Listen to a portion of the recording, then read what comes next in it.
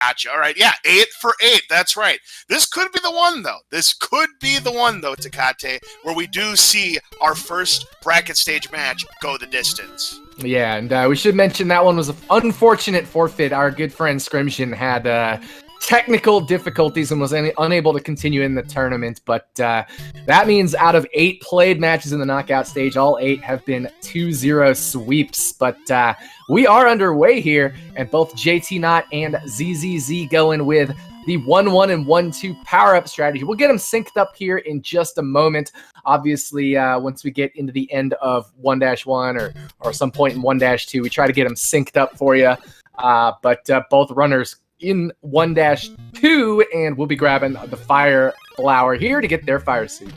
And a little bit about these two runners. jtknott is 4th in the world with a 1902. ZZZ has a PB of 1914.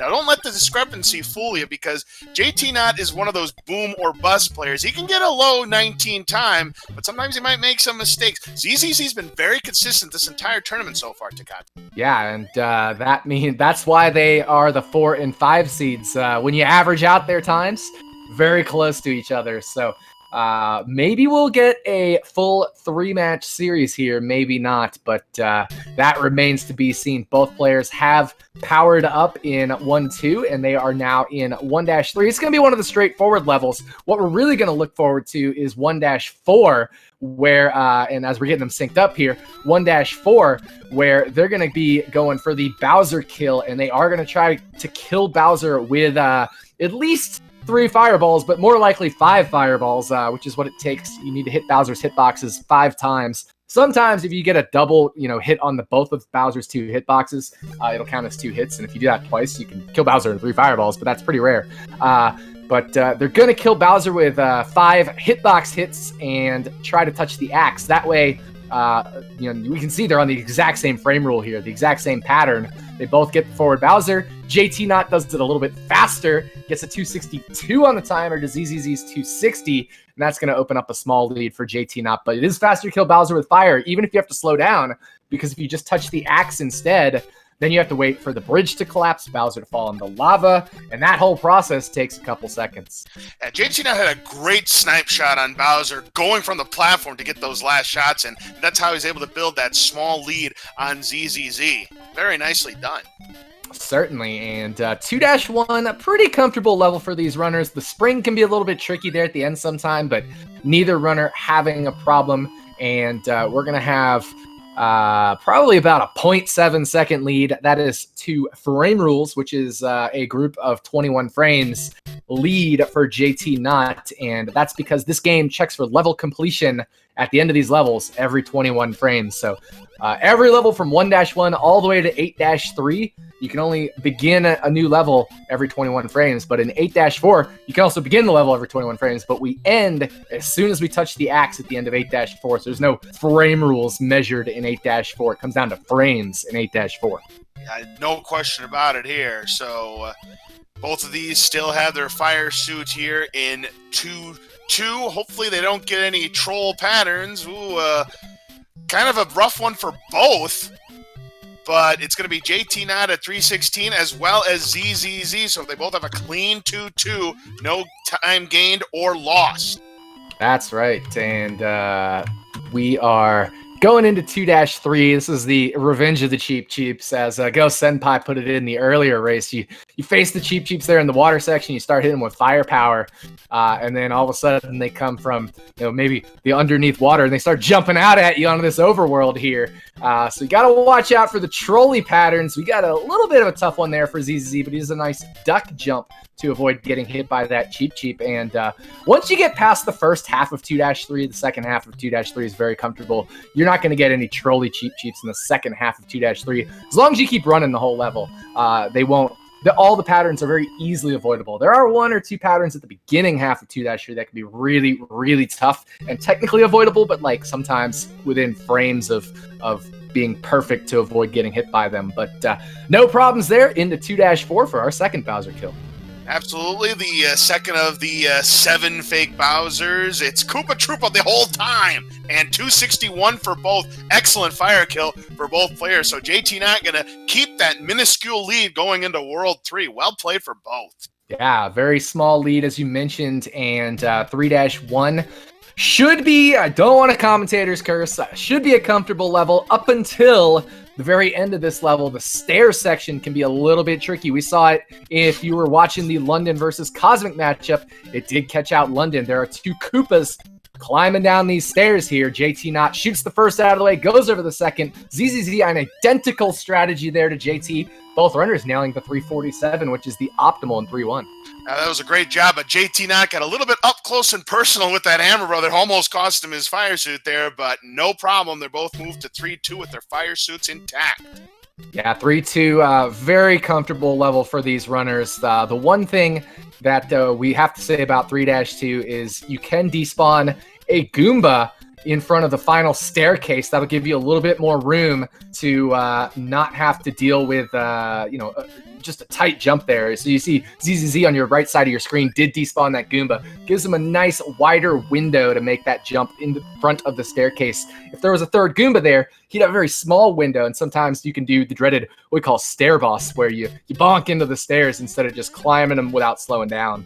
It looks like jtknott gained a frame rule on ZZZ. They both had a 245, but it looks like the lead has widened to about a second now. Yeah, I think, I don't think he gained a frame rule there. It's almost, you can still get the optimal frame rule with the 244, so I don't believe there was a frame rule It might have had, there. maybe it happened in 3-1. Yeah, it may have been in a different portion of the speed run, but it does look like JT does have about a second lead, and JT, he challenged that first Podobo, so he's probably on a pattern that he recognizes, yes, and he does challenge all the Podoboos there. So jtknott using what we call a spreadsheet. No! Gonna lose the fire suit. Got a little too close. ZZZ getting the fire kill and will take the lead going into World 4. And this is what you alluded to at the top of the show here, that JT can go for these aggressive strategies, and maybe that aggression bit him a little bit there. He went really fast on that Bowser kill, but Bowser jumped quickly and the fireballs went underneath Bowser. One of them did. So he didn't get all 5 on him. He only got 4 on Bowser and charged up the Bowser who hadn't been killed yet. So that's what happened there for JT. That aggression maybe coming back to haunt him just a little bit there. That'll give ZZZ not only the lead in the race, but also the advantage in the power-up status, as JT taking a bit of a stair boss there. But he would have gotten a 6 on the timer anyway. So it was good that he didn't get the 6 on the timer. That would have given him 6 fireworks, costing him some time there. But that means ZZZ going to open up, in the neighborhood of a 5 to 10 second lead when all is said and done. He's probably got about a 5-second lead now, so probably closer to a 10-second lead when JT's all powered up. All right, top or bottom route, you decide. It's going to be the bottom route for ZZZ. I'm pretty sure JT's also bottom route here. Yep. Most of the runners you see at this point in tournament are going to be bottom route runners, but I think there may be still a couple top route runners. I'm team top route, and that bit me in my own matchup there, so maybe I should get better at the bottom route. Most certainly. All right, let's take a look at the times here going into transition for ZZZ. 8:21 and a half. jtknott, take a look at his clock here. It's time. I got 1 firework. 8:28 and a half, about a 7-second lead. So yeah, absolutely right. 5 to 10 seconds. That definitely fits in there. All right, we are in 4-3. ZZZ, like you said, with that approximately 7-second lead. jtknott, just a little bit behind, but all it takes is 1 mistake from ZZZ and JT will be back in the lead, and we are coming up to some tricky levels. 4-4, probably the toughest Bowser kill in the whole speed run. You'd think, what about 5 or 6 or 7? No, 4-4 is probably the tightest one because you've got a fire bar, you've got a Podoboo, you got Bowser fire, you got Bowser himself. There's all sorts of mayhem going on here. And then we get World 5, which we see JT going for the clip and misses the clip. So JT trying to pull out all the aggressive strategies, but it's 2 aggressive strategies now have cost him time twice. So, this is exactly what we talked about at the top here as we go into World 5. jtknott losing 7 ticks on the clock there. It was a 3:48 for ZZC, and jtknott 3:41. They both get the fire kill. More importantly, jtknott keeping that fire suit. Yeah, but that will open the gap up for ZZZ. 7 in-game seconds. It's not exactly 7 frame rules. Sometimes it might be. Often it could be a little bit more than 7 frame rules because one tick of the clock is not exactly 21 frames, a little bit longer than 21 frames. JT losing in the neighborhood of 7 frame rules, and he takes a little that was ride close. off of the Koopa there. Avoiding the 6 on the timer as well for the fireworks, but again, more time that he's bleeding to ZZZ here. ZZZ clean through the opening portion of 5-2. I didn't see a slowdown from him, so he didn't get any bad bullet bill shots there, and he just challenged the cannon. He's going to get the optimal. Never mind. He's not going to get the optimal 347. He'll get the 345 here. Oh, no, and jtknott losing his power again. And missing the block. So this is strategy time. What power-ups do you grab here? We see JT grabbing one power-up, skipping the other power-up. This is actually the strategy I think people are going to start doing as the meta of SMB1 Warpless Tournament runs change. You're going to have to slow down in 5-4 anyway. So why don't you grab the power-up where you're going to slow down in 5-4? He could have grabbed a power-up there at the end of 5-2 as well to get his fire suit, but he doesn't need fire in 5-3, and he doesn't need fire at the beginning of 5-4. So he is doing kind of what the new meta is, and he's going to be grabbing a power-up in 5-4 where he needs to slow down anyway. So this is how the game is ever evolving, but all of these issues that JT has had has opened up not quite a full level lead for ZZZ, but certainly well into the double digits in seconds. Gets the Jugum Bowser kill, the ZZZ, and I'll tell you what, he's had a pretty good run through the first 5 worlds. Now, I gotta ask you a question here, Tecate. Have you ever despawned the floating platforms in 5-3 during a speedrun? I have, and that's not something you want to do. The way you avoid despawning that is by stomping on that Goomba before the platforms. If you don't stomp that Goomba or let him run off the edge, or if you shoot the Koopa and the Goomba, you can make sure the platform doesn't despawn. But I'm sure every runner in this tournament at some point or another has accidentally despawned the platform. Yeah, 5-3 always terrified me as a kid because I'd get to that section and that second platform would be gone. I'm like, no, I can't make it now. I got to start the level over. Oh, 351 for both runners, getting through 6-1, not a problem. Triple Z now going into 6-2. All the piranha plants, a piranha plant in every pipe, as they say. You know what? I've been commentating Warpless races for many years, and ZZZ has been in all of them, and I've never heard anybody refer to him as Triple Z. I like it. I like it. That's why we got you here. Absolutely here. So good stage 6-2 there for ZZZ. jtknott, so far so good, getting all the piranha plants stomped. But it is going to be ZZZ with a rather comfortable lead, an optimal 342 for both runners. Right now, jtknott's going to need a mistake from Triple Z if he wants any shot of coming back here in game number 1, but you just never know. That's right. But ZZZ, one of our very consistent Japanese runners. We saw London B 415 in the previous race versus Cosmic, another one of our Japanese runners. Got 2 Japanese runners racing tomorrow morning at 8 a.m. Eastern Time. Kaku Mamaru. Them, along with the Americans, make up the vast majority of the runners in this tournament, and it's always interesting to see, a little bit of a battle of the nations, very friendly rivalry. We're all supportive of each other, but it is fun to compete with our friends across the Pacific Pond there. As ZZZ getting a 257, we'll have to see what JT does in 6-4, but as you said, JT's going to need ZZZ, Triple Z to make a mistake. Man, all the lag frames on Triple Z right there. Did you see when he was shooting at Bowser, the overlay was kind of glitching out? Yeah. All right, we are in 7-1. Pretty straightforward level. If you have the fire suit, you can fire the Hammer Bros out of the way. It gets a little trickier if you're small Mario or big only Mario without fire, because then those Hammer Bros can be really, really trolly sometimes. But no problems at this point in time. I'm crossing my fingers for no commentator curse. And going into 7-2 ZZZ, this is the 2-2 remake, part 2 here with a lot more enemies. It can get a little bit clogged at times. Yep, and what kind of strategies do you use? Your traditional swimming, or do you do the duck swimming, or the crouching swim, as some people like to call it? Fire guy, but there is certainly merits to both strategies. You can do what Laz is referring to here is if you crouch on, the ground or on one of these corals or anything like that, as you press the swim button, Mario all of a sudden will turn into small Mario. He'll still look like big Mario, but he will only be able to get hit on his bottom half, and his head will essentially be invincible. So it's effectively small Mario at that point in time. So that is a strategy you can do, which will shrink Mario's size there. As we see jtknott getting through a little bit of a tight section there. Now he's going to have the bad blooper that he's going to have to wait on and cost him some more time there. Yeah, and Triple Z did not get that bad pattern. He had a really clean 7-2, and now here is 2-3 Redux. We have the Cheap Chiefs, but now they're accompanied by some Koopa Troopas and Paratroopas.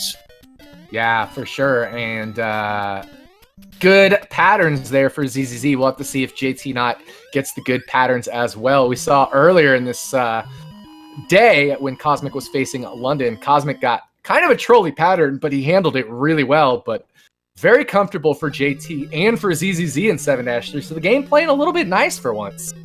At 240 there for Triple Z, jtknott into the flag, also a 240. So they've kept it pretty clean ever since, jtknott has made a couple of mistakes, but they have both kept the sheet clean, neither player taking any deaths. And now here comes the fake Hammer Brothers Bowser getting the nice kill. Well done, 3:43 on the clock. Triple Z gonna have a nice lead going into World 8. For sure.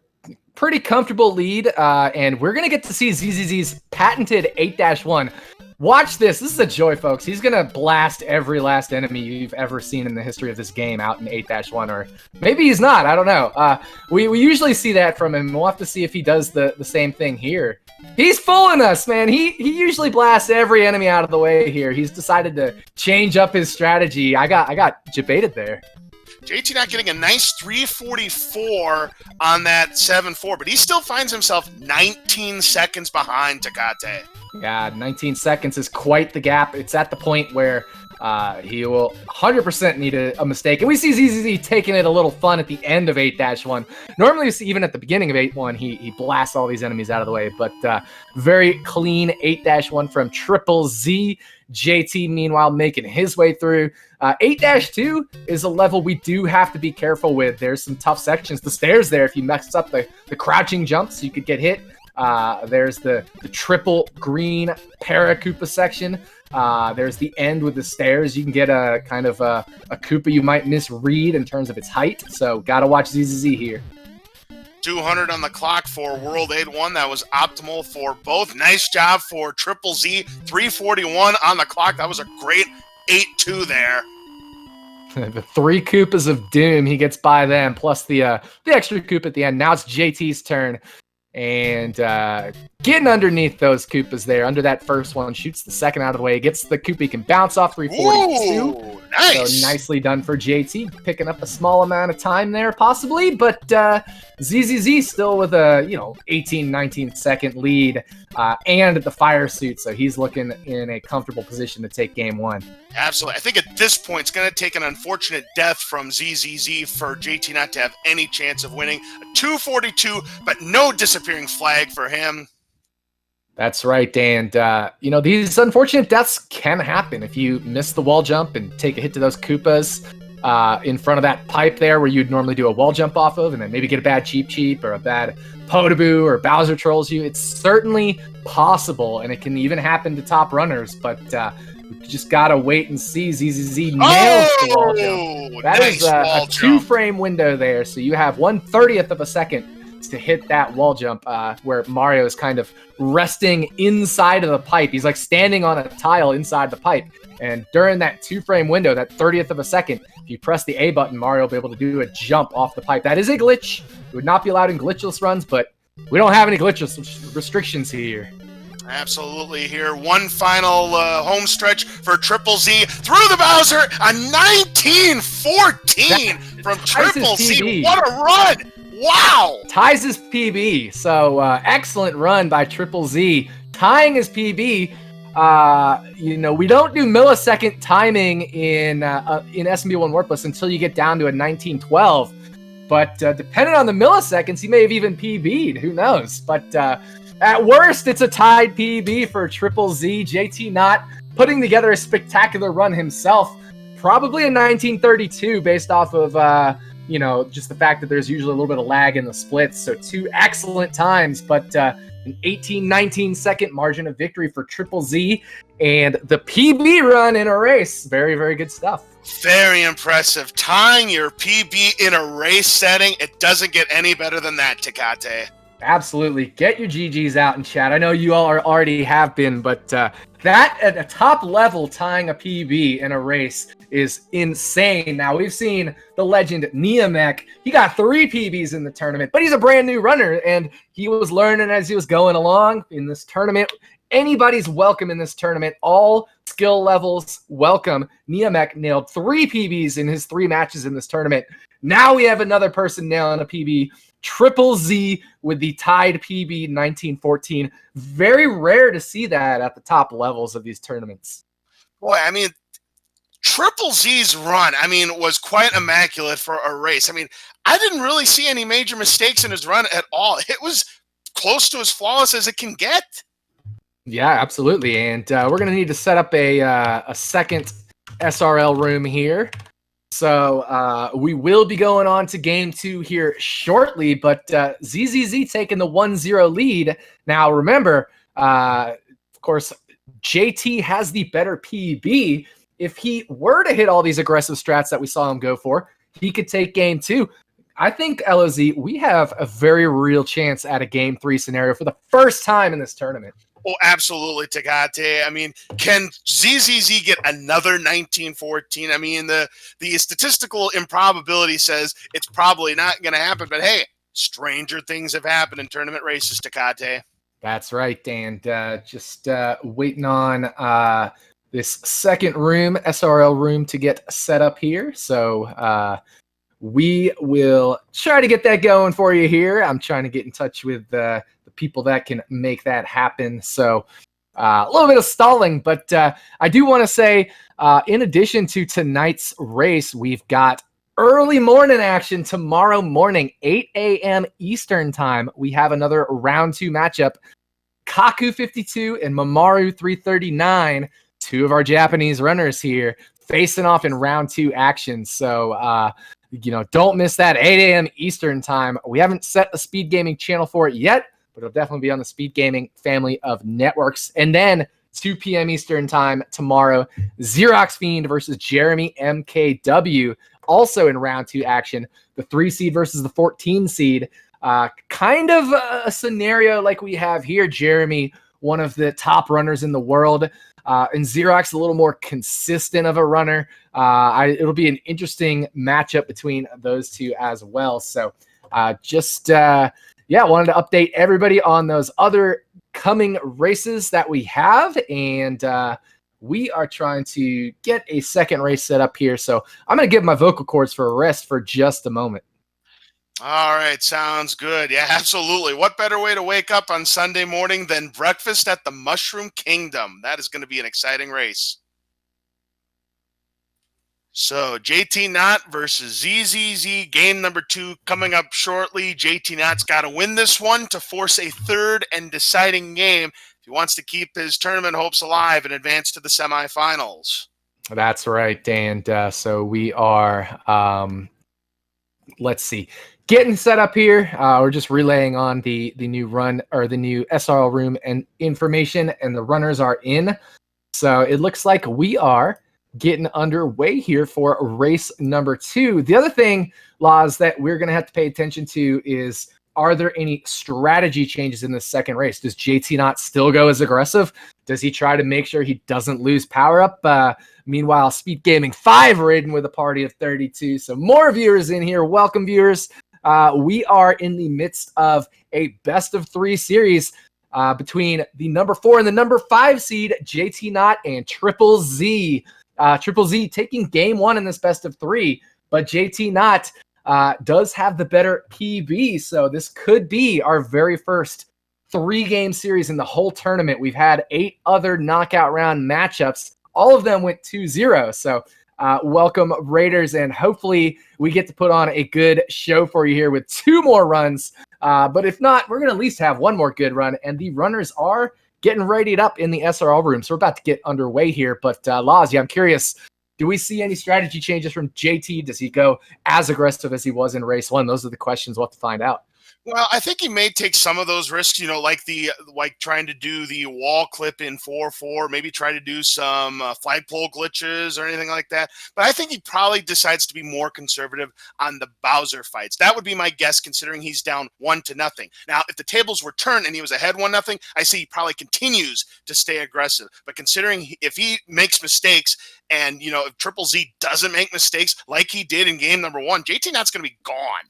That's right. And you mentioned the wall clip in 4-4. I think that's an interesting one because if you miss it, you don't cost yourself the power up. If you take a Bowser hit, you lose your power up. You have to regain power up. That costs you so much more time. You also have to wait for the bridge collapse animation on Bowser and all that stuff.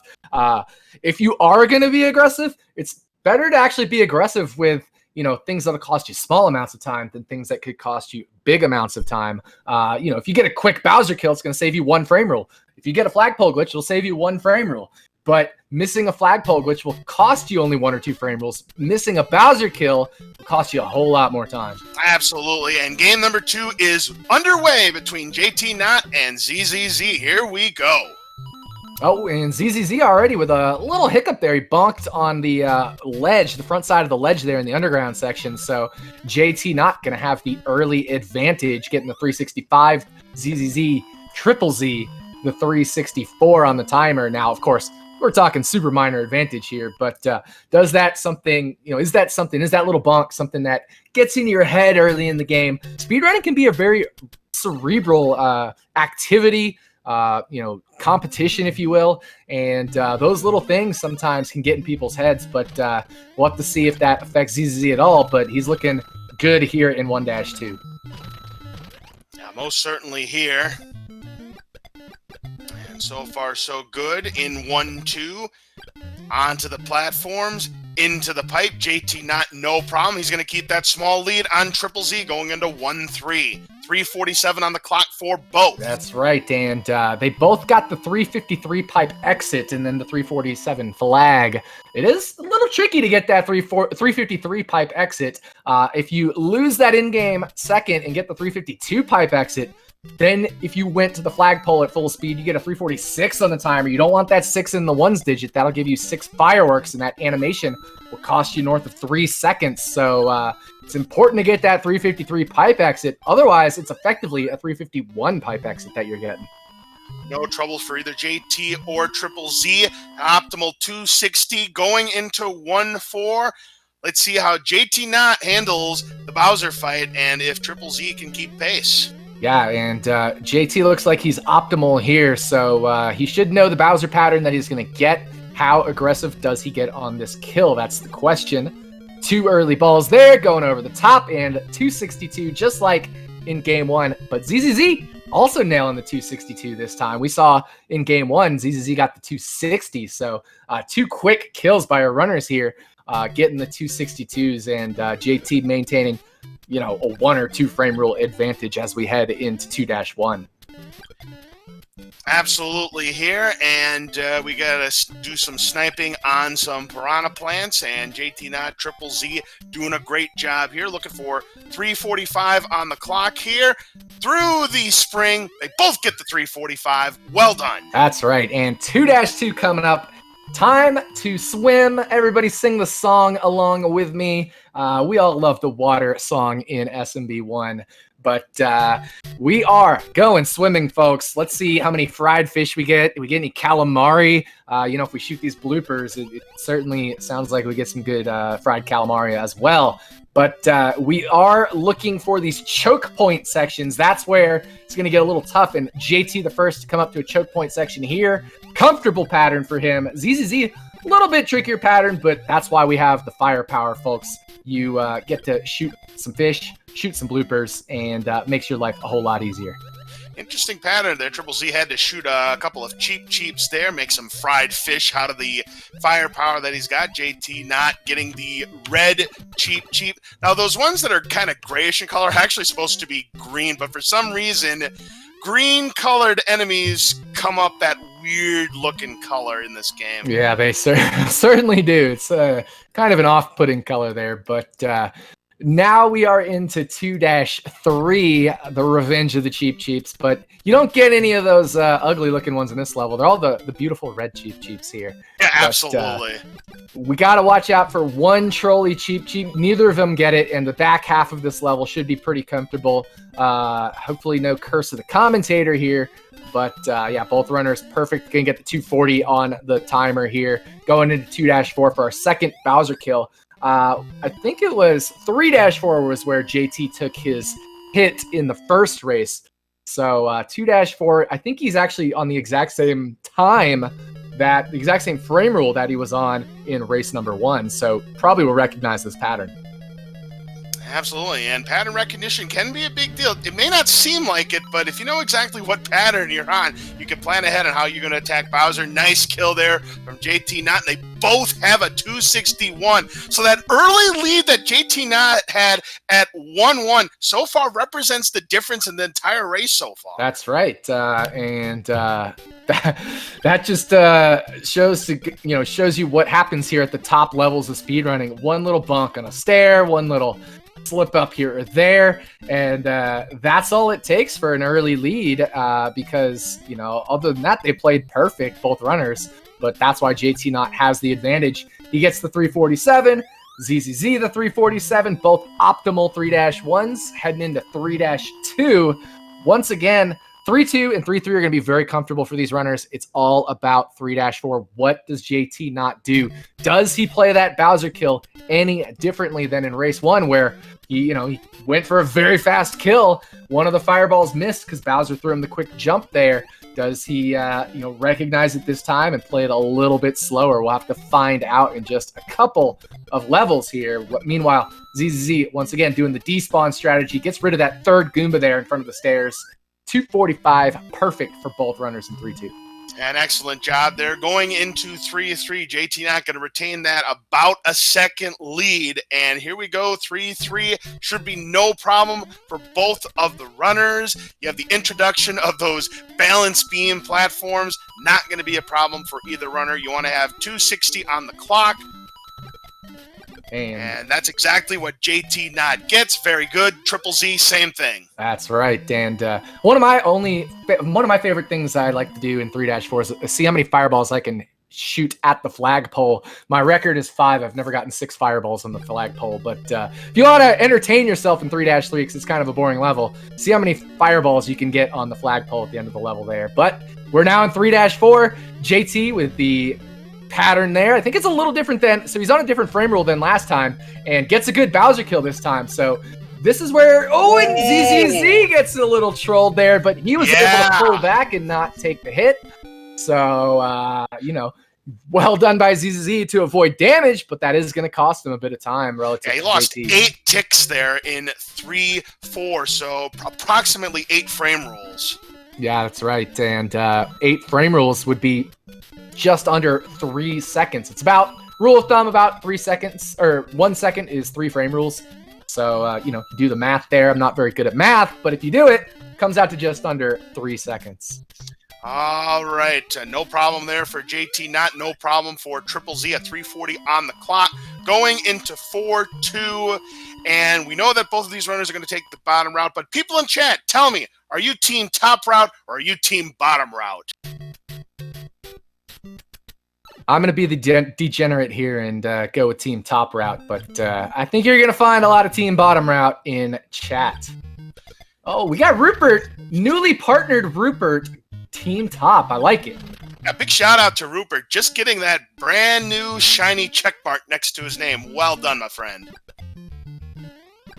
Peaks is converted to bottom route, and Smith bottom route. We got M Green top route, Delxino bottom route, Valid top route. So we got a little bit of a split in chat. JT not going to gain a little bit more time on ZZZ. It was a 344. ZZZ had to slow down, had just enough trouble to want to have to avoid the 3 fireworks. It was a 342 for him.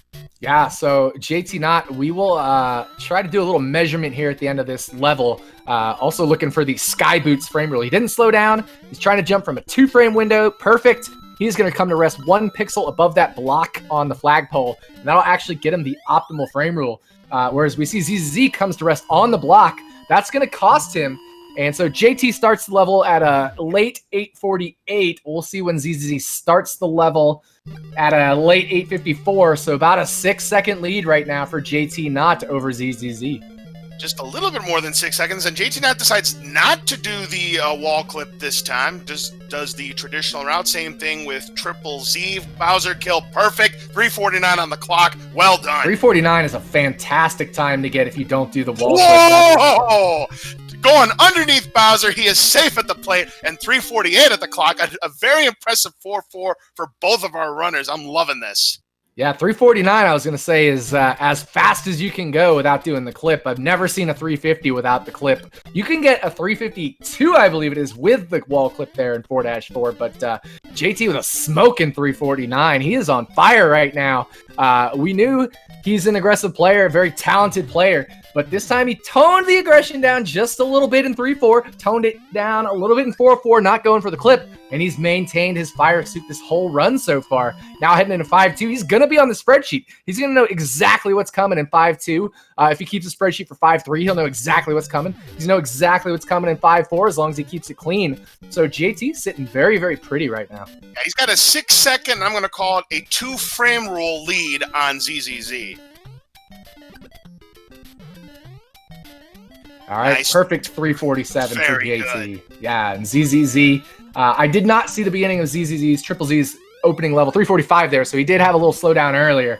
So now we're into the 7-second range lead for jtknott, and he's gonna know his pattern here as long as he keeps track of his 5-3 patterns, because his run has been so fast that he knows exactly what's coming here. So that's always scary. It looks scary, but he knew exactly what to do there. So very well practiced by JT, knowing exactly what was going to happen there. 260 on the clock there for jtknott. Triple Z also with the 260 going into the 5-4 with the big fire bar of doom. That's right, and he will take the Roy L. Goodbar strategy here. So must have been on a frame rule he didn't love as far as the spreadsheet, and that could have thrown him a bad pattern. So he is going to play safe strategies here in 5-4. Wise decision. And, he does it again. beautiful. Safe at the plate. 2:57 on the clock. Man, jtknott continuing his aggression here, Takate, but a 2:57 also for Triple Z. Well done. Yeah, he got the forward Bowser once again, and when you get the forward Bowser, you got to slide underneath him and kill him from the backside. JT doing that perfectly, getting the 257 after using the Roy L. Goodbars, the safe Potaboo strategy. So JT is on a flying pace here. He is in the 19.0x pace still, kind of a higher 19.0x pace at this point, but he is crushing right now. This is one of the fastest paces we've had all tournament. 3:51 optimal there for jtknott. Likewise for Triple Z going into 6-2. Take a look at the lead here. 11:59 for jtknott. Taking a look at a Triple Z's scoreboard here. He's got himself a 12:06. It's a 7-second lead on the dot. 7 seconds on the dot, and we are both in 6-2, JT, Triple Z, but JT maintaining that advantage. At the end of this level, you do want to do a little slowdown, so you shoot that Piranha, do a little slowdown, turn around, and avoid the 343 on the timer. That 3 would cost you fireworks, and both runners getting the perfect 342 at the end of this level. If you got that 3 in the ones digit of the timer, 3 fireworks, about 1 and 1.5 second time that'll cost you for those firework animations. All right, on to 6-3. We're looking for 255. Let's see if these runners get it. jtknott has been on an absolutely incredible run thus far, and yes, indeed, a 255 for jtknott. Nice spring jump there from Triple Z. Looking at his time, he's also got a 250. No, I thought he had it. The spring jump's a little bit slower, and that's just the strategy he prefers to use in 6-3. It's a little bit safer, and jtknott knows exactly what frame rules he's on. He challenged the Potaboos there at the beginning because he knew exactly what pattern they were going to give him. He knows the fire bar section there. JT on the spreadsheet. And he does it again. He's 3 for 3 going underneath Bowser, and he's again safe at the plate with a 260 on the clock. He's going to gain even more time on ZZZ at 256. Man, jtknott is flying with just 2 worlds to go. And the funny thing is he'll be a little disappointed in that level because he did what we call an axe boss. He missed grabbing the axe the first time on the jump up to the axe, which cost him 1 or 2 frame rules there. So that will, not be a perfect level, but jtknott still on 19.0x pace. An excellent run here for him. And it's one of those things where ZZZ is on 19, maybe PB pace again, 1914 pace. 3 fireworks for Triple Z. He's on 1914, 1917 pace, maybe in that neighborhood, and he's still losing. This is how good this race has been by both runners, and those fireworks will be costly for Triple Z here as JT with the proper coin count in 7-2. Nice. Oh, but JT losing his firepower, getting a bad pattern with the cheeps, and that's the opening that Triple Z needed. And remember, folks, there is no chance of a fire kill for jtknott, so Triple Z could tie up this match right here. I believe last time JT knew where the other runner was, so maybe he's one of those that keeps track of where the other runner is. So we'll have to see if that determines his strategy, and ZZZ bails from the blooper there. Smart decision. Make sure you keep that power up, but that is going to cost him a few seconds, 5 in-game seconds. 310 would be optimal at the end of that level. He gets a 305. So now the question is, what does jtknott do? I think he's skipping the power up here. It's not really going to do you a whole lot of good in 7-4. Oh, he's going to get it anyways. Wants the endurance. He had a 10-second lead going into 7-3, so he must have known exactly, again, he was on a 19.0x pace. Triple Z doesn't have a 19.0x as his PB, so he knew he had some time to play with. Yeah, just, I'm interested by that because all it does is it buys you a little bit of safety until you get to 8-2. Where the next power-up is. But it's not going to help you with the Bowser kill here. It's not going to help you in 8-1 for sure. So it's just, it's an interesting strategy decision. We saw in the previous matchup just an hour ago, Cosmic went and got hit, nearly in the same spot. And he decided to forego the power-up in 7-3 and just went small only the rest of the way. So it is runner's preference, but fourth time he's safe at the plate. Man, jtknott continuing his aggression, and ZZZ is safe at the plate as well. They both get the forward Bowser, but that is very good fortune for JT as Big Mario to get the forward Bowser, because that'll save him a little bit of time. If he got the backward Bowser, he wasn't going to be able to fire kill Bowser, so he would have had to wait on Bowser if he wanted to maintain the power-up status that he's in. So very fortunate set of, RNG there, or luck, whatever you want to call it, for jtknott.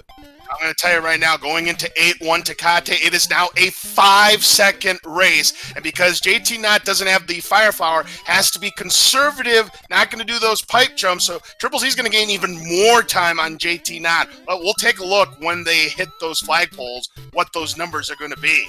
That's right. And JT with the 5 on the timer, avoids the 6. But a perfect 8-1 for Triple Z. So he's going to gain about 5 frame rules. So let's look at those times. A 17:16 on the dot for jtknott. 17:19, it's 3 seconds now. It's almost exactly 3 seconds. It's either, it's either 2.8 or 3.15, depending on their decimals there. But it's in the neighborhood of 3 seconds. And now they are even closer as JT grabs the fire. But JT could end up with a tough time on the timer here, so he may even have to slow down. No, he's not going to get the 6, so he is ahead of ZZZ, but we're talking less than a second, either 2 frame rules or, 3 frame rules tops here. You know, the last time we called a race together, Tecate, we had to stop the tape because it was a photo finish and you reviewed the runs. Could that happen again on this race? And will we have our first Game 3 of the tournament? jtknott, the ball's in his court right now. Yeah, this looks to be a 2-frame rule advantage for jtknott. Both of them powered up here. JT getting the troll hammer, bro. He recognizes, does a little jump fireball shot there. They need to do a slowdown to avoid a 2 on the timer. Both runners doing so perfectly. And jtknott going to maintain that 2-frame rule advantage. This is where it all comes down to. 8-4. Do you hit the wall jump? Do you get hit by a cheap? Do you take a hit in the water section? So much can happen in such a short... not exactly a short level, but a intense level. It's 1 frame rule now between the two. 1.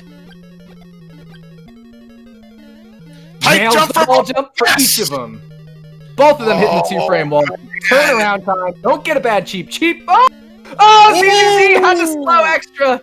He missed. He shorted the turnaround and went back to scroll the screen a little bit further. That's going to open up the advantage for JT. Doesn't get hit by the fire bar. Yeah, but if JT gets hit and ZZZ doesn't, oh my goodness. It's going to come down to this. The home stretch for JT. Will we have a Game 3? He gets hit. Yes. I think so.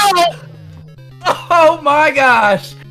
Oh my gosh. jtknott taking the victory. We are going to a Game 3 here. That was incredible. Wow. Oh my. JT getting hit at the last second, but the turnaround was not quick enough for Triple Z, had to wait out the cheap, and that was just enough of a buffer for JT to hold on by 1 second. 3 frame rules. Unbelievable stuff. We are going to a third, Tecate. Unbelievable. That was incredible. Our first Game 3 of the tournament. The closest... Yo, we need to start commentating more of these races together, LOZ, because it seems like you and I get all the best finishes this time around. We had the 1.5 to 2 second finish there for Rupert versus JS Carbo. Now we get the 1 second finish between ZZZ and jtknott. Maybe we'll get a 2-frame finish between these two in Game 3 to break the record of a 3-frame finish that we had last year between Rupert and the Call. So anything can happen in these tournaments, folks. Game 3 coming up. We're going to set up another SRL room. Laz, it's about darn time that we got a Game 3. Absolutely. And Triple Z, played really well himself. A 1920, and it still wasn't good enough. Yeah, it's a losing time, a 1920. That's how good these runners are. 1920 would best my PB on console. Now I have a better PB on emulator, but I would best my PB on console, and he lost. So this was just an incredible race. And folks, we're going to do it all over again here. So what a mind-blowing turn of events here. On to Game 3. This is what we have waited for this whole tournament. Not only a Game 3, but close finishes like this. I mean, we had the one between Rupert and JS Carbo, but this is a new closest finish of the tournament, and I'm a little out of breath here. Me too. And Marzo2 in chat pointing it out perfectly right there. If Triple Z didn't mess up the turnaround, he could have won, or at the very least, could have forced you under the booth for a review. We would have been frame counting this if he didn't scroll the turnaround room there. So and that's of course assuming also he got through the end of the game, because he didn't hit the Potaboo, he didn't hit Bowser. He would have had to have similar RNG there as well. But had he had similar RNG where he didn't take a hit, we'd be frame counting this right now to determine if we'd be doing a third match. Absolutely. Here, I must say, Tecate, where do we go from here? A 1 second game. Number 2, we go to a third.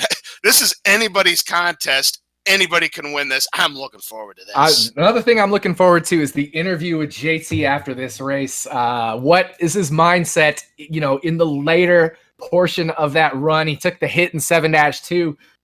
What was his thought process? He grabbed the power up in 7-3. He, grabbed power up in 8-2 and kept it the rest of the way. And it turned out to be a good decision for him because had he not grabbed the power up in 7-3, then he would have grabbed his first power up in 8-2 and either had to play as Big Mario in 8-3 and either been able to absorb a hit or just gone as big only, or he could have decided to power up in 8-3, but that's a lot slower. So it ended up being the right decision for him, and we'll have to ask him about that, because I do believe he likes to check in where his opponent is. Some people don't. Some people do, and I'm wondering if JT was watching the restream there.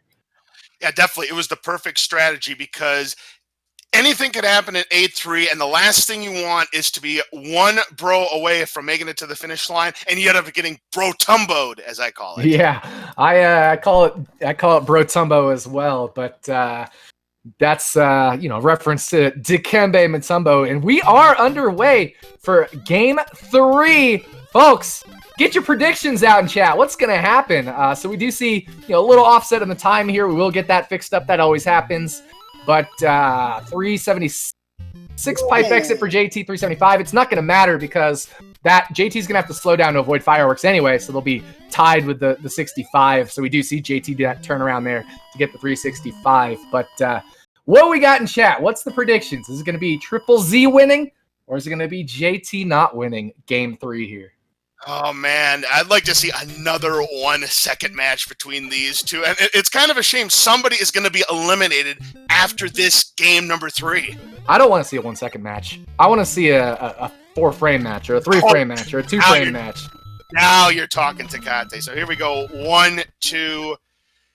Nice, getting the stomp on Goombas.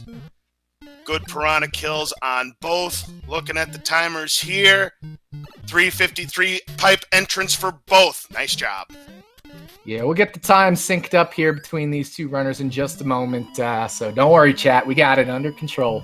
But so both the runners very clean through 1-2. And there you go. Times are synced. So 1-3, both runners starting at the exact same time. So we are tied to the frame rule going into 1-3. At this point, I don't think there's really much strategy to discuss. The runners are going to do what they're going to do. I guess really the only question is just JT treat it like it was 0-0 again and go really crazy on the Bowser kills and on the 4-4 clip again. Considering that he won by a second, he may push the aggression envelope just a little bit. I mean, the only mistake he made in that run was the 7-2, and you call it a mistake or call it bad luck. That was the only thing that went wrong in his run. I mean, if he plays the same way that he did in game number 2, he has a good chance of winning, but who knows what could happen. A 261 versus a 262, so JT going to get that frame rule.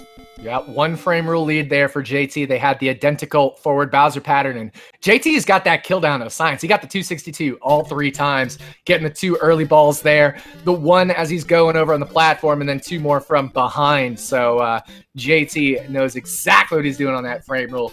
Perfect through World 1, and now heading into World 2. 2-1, once again, comfortable for these runners. 2-2 is where things get a little dicey with the cheeps and the bloopers and the bottleneck situations there in the swim. Again, they'll know their pattern, but any little variation in the swim could throw off the patterns. I'm telling you, Tecate, I love the enthusiasm of this chat. They want to see a game number 4. They want to see game 3 tied. Yeah. Oh, yeah. I mean, if we could have a best of 7, that would be amazing, but we don't got time for that. This is a best of 3, and it's been an absolutely intense contest. Our first game 3 after 9 count 'em 9 matchups in the semifinal round. We see a little bunk there for Triple Z. So he is not going to get the optimal 316 here, and he takes the hit to the red cheap. I'm not sure what happened there, but no fireball came out, and he just takes a hit. That might have been one of those yummy inputs where he just dropped the input, he hit the button, and nothing came out of the fire suit. Wow! And he had 2 really tight cheeps there at the top of the level as well. He almost died in 2-2 twice there. I mean, only can take 1 death, but 2 spots where he almost took the 1 death. But he made it through, keeping this race close between him and JT. You definitely wouldn't want to take the death, put yourself a really big early hole. Absolutely. I mean, you take the death against us. In this stage of the game right now, Tecate, taking a death is about as close to fatal as it can get. The way these 2 runners are playing, absolutely. That's a death would be Speaking of, Triple Z avoiding death there again. So he's flirted with death a couple times already in this run, but avoiding that scenario. But JT's gonna blink off here at what time is he gonna blink off? 4:23 on the nose, and we'll see what time Triple Z blinks off. We're already looking at 4:28.5, so 5.5 seconds in somewhere in that neighborhood for JT, and it's going to grow here because Triple Z has to grab this power up.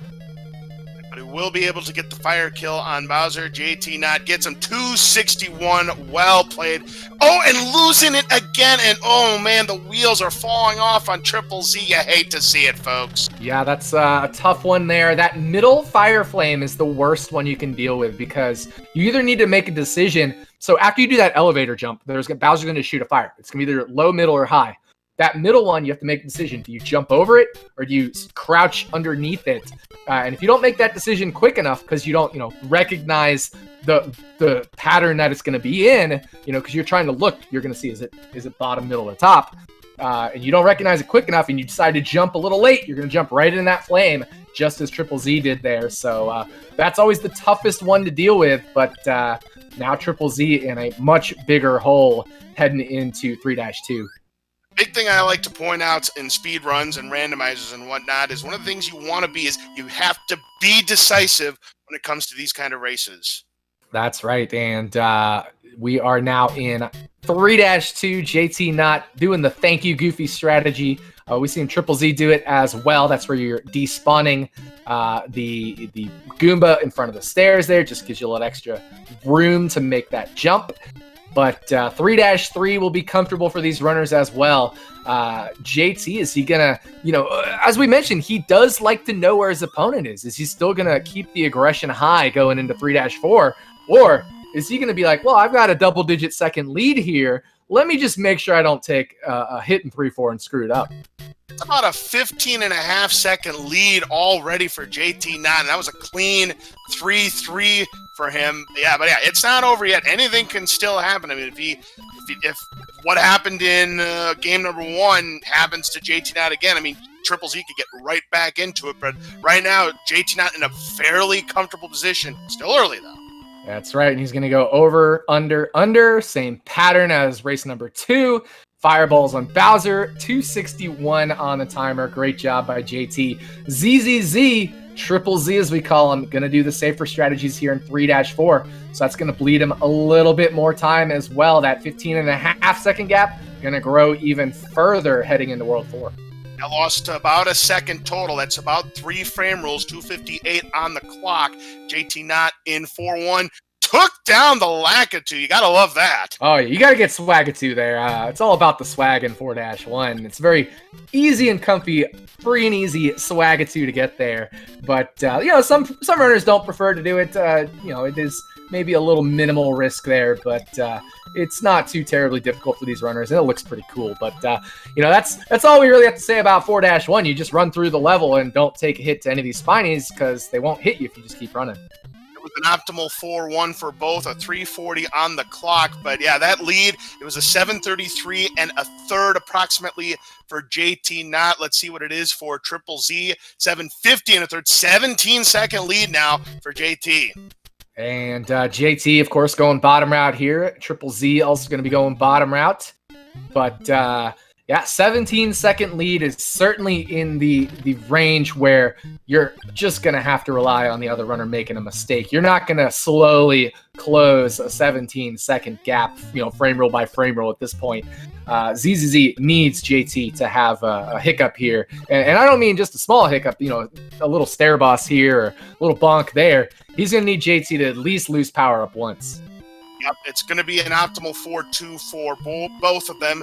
jtknott here in 4-3, looking good on the clock here, losing no speed. Perfect 261. Well done. And the sky boots. So optimal frame rule for jtknott. ZZZ, let's see if he gets the sky boots frame rule as well. He does the turnaround jump there, so he's going to lose the optimal frame rule. You have a 2-frame window to play this frame rule perfectly, so he's not going to catch the optimal bust. Instead, losing 1 more frame rule to jtknott here. Does JT go for the clip? Nope. Skips the clip this time. So he did it race 1. Didn't work out. He skips it in race 2 and 3. and we'll see what he gets. He got a 349 Bowser kill last time. Not going to get the 349 this time. Had to hesitate there because the 2 early fireball shots missed, but a very nice 348 for JT. Very well done there for JT, and much like in game number 2, his first 4 worlds have just been spot on. Let's see how Triple Z handles the spiny fake Bowser fight. Ooh, getting a little bit trolled, like a double jump there. So 346, losing another couple of frame rules. Certainly, and now we're into World 5. JT on the spreadsheet. He's going to, once again, know exactly the patterns he's going to get.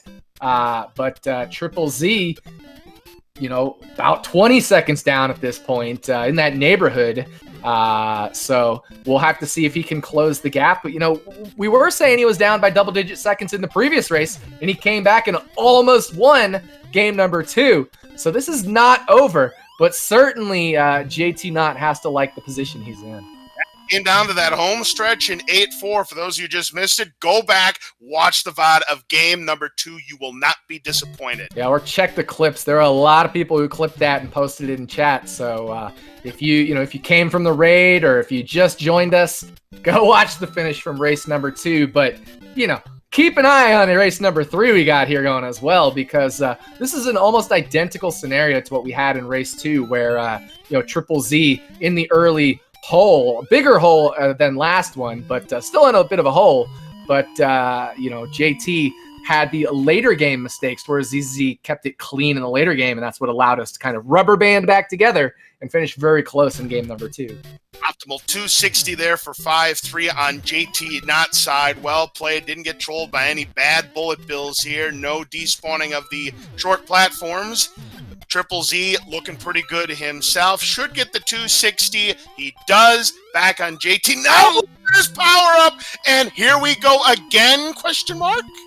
So what happened there? I know exactly what happened. jtknott was on the spreadsheet, and he set it up to where he had a difficult firebar, and it is a firebar that you can jump over, but it's a pretty tight window. It requires a precise and a small jump, and he just missed it. So that's what happened there. He went and challenged the firebar, and unfortunately caught him out there. So, JT, man.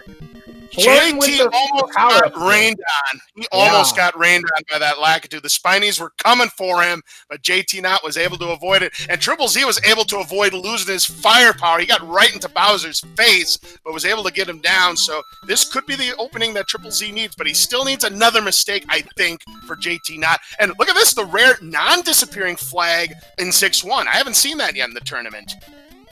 I usually see the flag, so... I don't know, but yeah, so there was a question in the chat about, was that firebar even possible? Yes, 100% was possible. JT just missed the jump there, and it's a tight window, but it absolutely is a beatable pattern. JT, that fireball shot missed the piranha plant, barely missed its hitbox, but JT held the jump button long enough to avoid falling into that piranha plant. Sometimes you just can assume that fireball is going to hit the piranha plant, so you let go of A, so you land on the pipe there.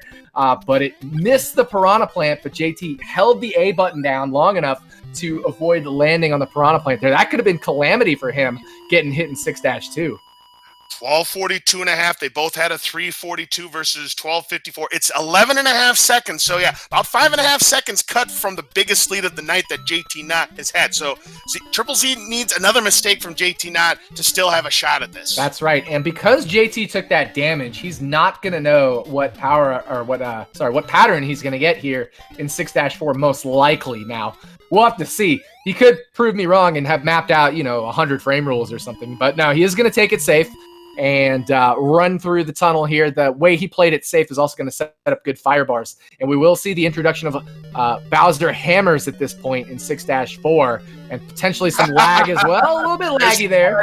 Not a ton, but a little bit. We'll have to see if Triple Z gets the lag as well. And the reason we get lag is because you got a couple fireballs on the screen, a Potaboo, a couple Bowser hitboxes, a platform, a bunch of hammers. So there's all sorts of stuff on the screen, and this old video game system just can't handle it and has to slow down the game a little bit to be able to process all that information. All right, and the Hammer Brothers cooperate. JT taking bottom route, and they don't show up. 352, a great 7-1. Yeah, that is the optimal 7-1 without slowing down, and Not ZZZ pattern. right here on pace as well. Oh, but he actually gets the unfortunate bop off of the Buzzy Beetle there. He's going to get 351, probably lose 2 frame rules to JT there. Going into 7-2, this is where JT took a hit in game number 2, so we're going to have to keep an eye on things here.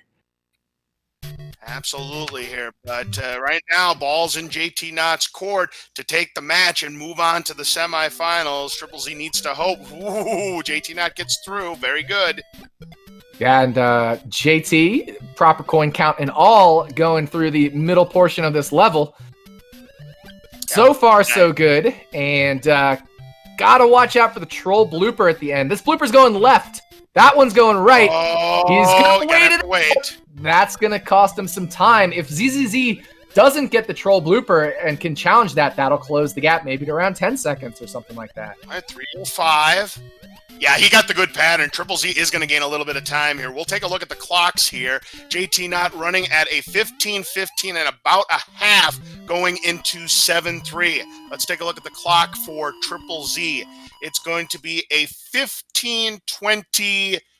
Yeah, 10 and a half seconds now.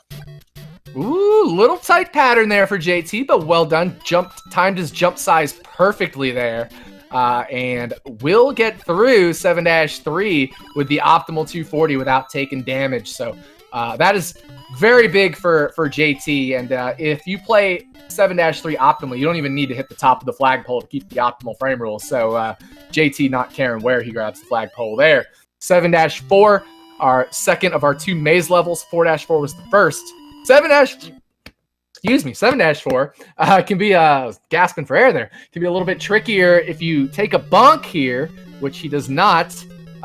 Then you could potentially loop the maze, and that's going to cost you a lot of time. But no loop for JT. No loop for Triple Z. Very nice. By the way, fun fact, you all. In the Versus version of Super Mario Brothers, they changed the maze in 7-4.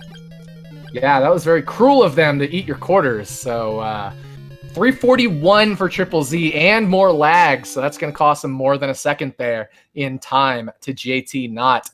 JT maintaining that, approximate 10 to 15 second lead, rubber banding up and down a little bit, but double-digit second lead here for JT. At this point, it's all about keeping it clean, not losing your firepower. The trickiest spot at this point left in the run are going to be the back half of 8-2, and then potentially any troll Hammer Bros in 8-3. And if you get, maybe you miss the wall jump in 8-4 or get a bad cheap in the turnaround room of 8-4, those are the biggest trip-up spots left in this run for JT. Optimal 8-1, 200 left on the clock for jtknott. Triple Z also a 200 left on the clock. So JT going to keep the lead that he has. I think right now at this point, Takate, it is going to take a death for Triple Z to bring this one back. Yeah, not necessarily a death, but if JT loses his power up, then he's going to have to really be careful. But perfect back half of 8-2 so far. Nice, comfy, not Hammer Bro, Koopa Troopa. And on to 8-3, so JT sitting comfortable. You love going into 8-3, and ZZZ has a little trouble there with the pipe section. You love going into 8-3 with your fire suit because it makes 8-3 so much easier. I'm going to lose another second to JT. It was 342 versus a 339. Here comes the second set of Hammer Brothers. JT going bottom, has to face them both. Nice job. Here comes the final gauntlet of Hammer Brothers in 8-3. There's 3, there's 4. He's in great shape here going into 8-4. Keeps his fire suit, and he's in the catbird seat as we do get the disappearing flag in 8-3. That's the first time in tonight's race. That's right, and we are on the penultimate level for Triple Z here, getting the 242. Meanwhile, JT in the final level, just waiting to see what happens in this wall jump room. If you miss this wall jump, it could get a little dicey with the Koopas, but it is a 2-frame setup that he's doing here. And he actually got it, but he kind of shorted it. But very good recovery. That's not going to cost him much time at all. He is still in prime position to advance to the semifinals here. Just an underwater section and the final straightaway, and jtknott will be punching his ticket to the semifinals. Yeah, perfect duck swim under the fire bar there, and one last little. You want to be careful not to soft lock there if you're in the duck crouch Mario state.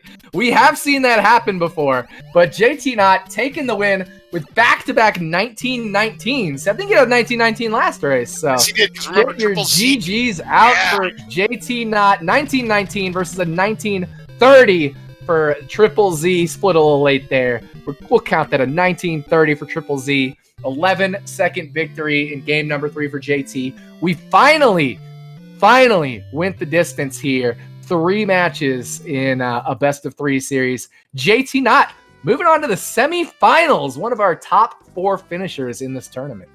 Absolutely. Please make sure you give both of our runners, jtknott and Triple Z, a follow. They put together a tremendous show this evening. Unbelievable stuff we just saw here, Tecate. Yeah, very good stuff. And we do have jtknott in the interview room here with us. JT, first of all, wanted to say congratulations on your victory, but certainly wasn't without a little bit of drama. We went 3 games here, and I don't know if you knew what happened in that second game, but that was pretty crazy. Yeah, I knew after, didn't I get hit? I got hit in 3-4 because I got a turn Bowser, and that Bowser was bad. I should have been safe there, but, I had never been on that frame rule before in practice, but the one that I got on in game 2 and 3, I knew. Second race, I was on 1903 pace going into. Yeah, we knew you were on. I was on 1903 pace going into 5-4. I decided to go safe when I was done current pace at 1905, so I was like, okay, I'm good. And then 7-2 had to. Oh my lord. 7-2, and then I was like, okay, I saw I was still a little bit ahead, so I was like, okay, I could probably pick up the mushroom because I'm probably gonna have to jump through Bowser's hammers, so I don't want to die to Bowser's hammers, so I went for it, but I got a forward Bowser. Like, I don't know how much times I got a forward Bowser, but Jesus Christ. Dude, you got forward Bowser like 4 or 5 times in that second race there. We were commentating on that. If you watch the race back, it was like every single one, it seemed like, in the latter half of the game there. Yeah, and then I grabbed fire because, like, why not? I mean, I have mushroom. What's the point of just having mushroom? So I got fire, and then I played 8-4, and I saw that he was really. So I'm like, I was yelling. I was like, Bowser, please! And Bowser hit me. I was like, please. I was typing down. I was like, please tell me I won. And then I looked at SpeedGaming, and he messed up turnaround. I was like, thank you. And that was the difference there, JT. If Triple Z doesn't mess up the turnaround, Tecate would have more than likely needed to have gone into the booth for a review on times, and you might have lost your tournament chance right there. That was the difference in game number 2. It was quite the finish. It was quite the race. Yeah, game number 3, 5-4, medium difficult last bar. I practiced that so many times. I was on the frame roll. So if you don't know, you most likely get on the same frame roll. If I get the 48 kill, I'm on the same frame roll as world record. So I know that frame roll, for 5-4. So I was like, okay, medium difficult last bar, do a buffer jump, go under, and Bowser's back. So I'm like, this is good. And then I missed the jump, and I was like, are you kidding me? And then 6-4, I was like, sometimes in races I just challenge it. I was like, no, I'm not challenging it this time. And so I did. And then 7-2. I got bad bloop, not surprised, but I got bad bloop. 7-4 was good. Wall jump, that wall jump made me laugh. So basically, I jumped on the second frame, and when you jump on the second frame on wall jump, you don't get like a lot of speed. And I think I did like a 1 or 2 frame jump, so I just fell down. I was like, okay, this is fine. And then in water, I was about to hold left, and I was like, oh my gosh, thank God I didn't hold left, because I would have clipped in soft locked myself. And, Now, go ahead. And then Bowser, I made it past Bowser, and I was like, Yeah, we were worried about the soft lock there for just a moment. That would have been disastrous. But Laz, I love it. JT is one of the younger speedrunners in the community when you compare to some of us old farts like Rupert and myself. But this is what I love about having these kids in this tournament. They remember everything. We don't have to ask questions. jtknott just laid the whole tournament out there for us. His whole thought process in all 3 races. That renders me and you, the old farts, useless here. But I do want to say, before we do wrap it up, once again, I want to remind you of the races we have tomorrow. 8 a.m., Kaku versus Mamaru. That is a round 2 matchup between 2 of our Japanese runners, the 6-seed Kaku, 11-seed Mamaru, also best of 3. Then at 2 p.m. Eastern, Jeremy MKW versus Xerox Fiend. That is a 3 versus 14 matchup, also best of 3. Everything from here out is best of 3. So those are the other round 2 matchups we have left. And coincidentally enough, the winners of those 2 matches will end up facing each other in the quarterfinals. So wanted to get that out there. Also wanted to shout out SpeedGaming again for hosting us in the tournament. They just hosted us here for almost a solid hour and a half between our 2 different races. We had Cosmic versus London earlier, JT versus Triple Z now, and still on SpeedGaming 5, there is the Metroid Prime weekly rando going on, and that is the only thing left on their schedule for tonight. But a whole bunch more stuff coming up tomorrow, so keep an eye on the schedule there. Speedgaming.org/schedule, and also want to shout out newly partnered Rupert83, our tournament organizer, for putting on this tournament. He's been doing this for many years now. We want to, of course, thank Rupert for organizing this. We wouldn't have this event without him, so big shout outs to him. Other than that, I think we got everything in there. Laz, any final thoughts here? And I just say, I'll tell you what, the back-to-back root beer times, the 1919 there for JT, just some very impressive stuff. But remember, 1914 from Triple Z in game number 1. He tied his PB, so we definitely saw some skills. 19-1x the winning time in all 3 matches. That's right. Yeah, forgot. We should shout out Triple Z. Get your ZZs. Get your GGs for ZZ. And once again, make sure to follow the runners. Threw out the link there in chat. Follow jtknott, follow Triple Z. But get your ZZs and your GGs out for both JT and Triple Z. The winning time, 1914, 1919, and 1919 in our 3 races. That's how you know we're at the top level, when everything's sub 1920 for winning. Triple Z lost with a 1920. That's insane. He lost with a 1931. That's insane. So high quality stuff here. Make sure to tune in tomorrow. Make sure to tune in for the rest of the tournament. But we are going to wrap it up here. Have a wonderful night, everybody. For LOZ Cards fan, I am Takate, and we will catch you all tomorrow, 8 a.m. Eastern. The channel has not been decided yet, but make sure to pay attention. It'll be on one of the Speed Gaming channels. But we'll see you tomorrow, 8 a.m., and have a great night, everybody. Good night. Good night, everyone.